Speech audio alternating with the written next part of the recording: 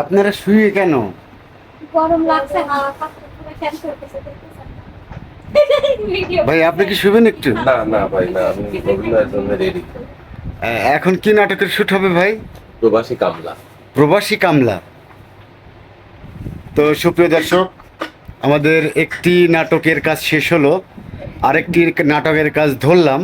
এটা হলো আমাদের আরফিন আরিয়ান রাজু ভাইয়ের মানে ভাবা চিন্তা করে পরিচালনায় প্রযোজনা পরিচালনা এবং চিত্রগ্রহণে প্রবাসী কামলা।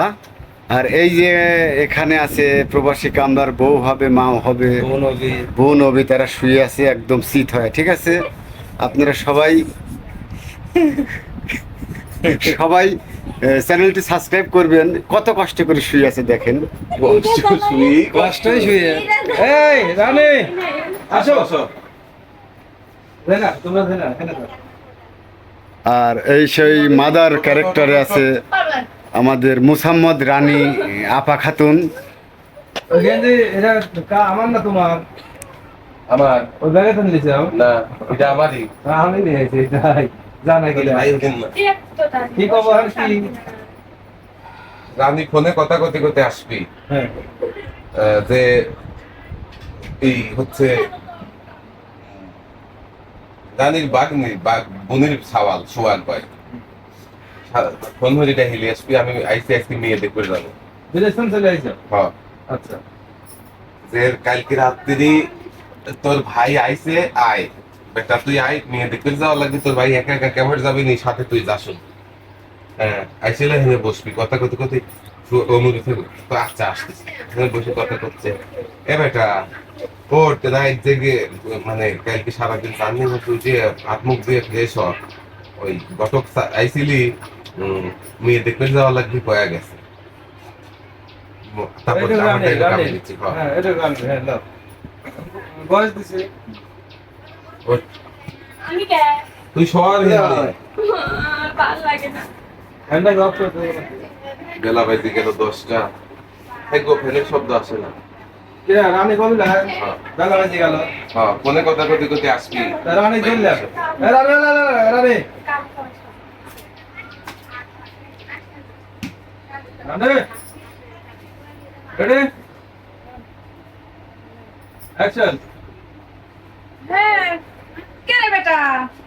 ভাই রে, তোর ভাই আইছে, সে কাল সারা দিন জার্নি করে আইছে, তাহলে হচ্ছে সকালকে আসা লাগে না, আমি দেখতে যাওয়া লাগবে। ওটা কি মানে প্রবাসী কামলার সাথে কেউ মেয়ে বিয়ে দিতে চায় না, বিদেশ থেকে খাইতে আসে, ওর সাথে কেউ মেয়ে বিয়ে দিতে চাবে না। পানি পড়লো কি? এটাই মূল কাহিনী। কেউ মিলি না তাহলে আমি কোন মানসি বিয়ে করবে।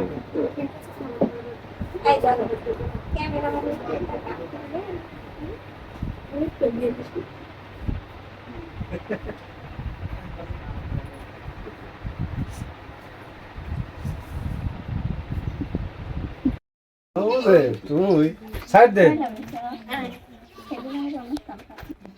দেই ভাই তুই সামনে। এই ঘুমটা দিছ ওকে? আজকে আমার দেখবে আসবে তাই ফোনে ফোনে কি হারো?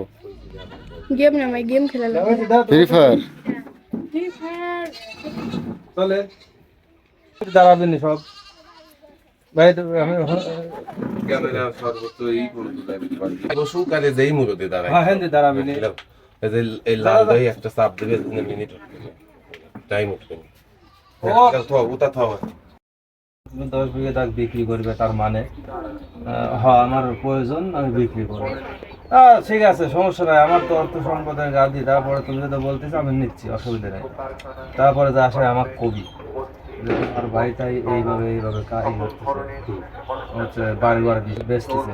আমি তো ভাই চিনি নি, তুমি হঠাৎ করে দেখে এলে। আমি তো বললাম না যে ওই যে সংক্ষেপে বলি, পরে শুনেছেন তো সবকিছুই, যে ওটা আমার ভাই। কোনে জমি কিনবি? মানে তো কি জমিটা কিনবি? ডিলবে যত্রে আসে কথা কই, মানে বাড়িটারই সহ বাড়ি শুদ্ধ? হ্যাঁ বাড়ি শুদ্ধ না, খালি জমি? খালি জমি, তারপরে একটা জমি বেশি বাড়ি হলো ওরে বাড়ি শুদ্ধ জায়গা বেশি। মানে সোজা কথা ওই বেশি সারি হচ্ছে, তুমি কোনো একভাবে মানে শেষ করে ফেলাইছো, বন্ধু বান্ধবে পাল্টায়।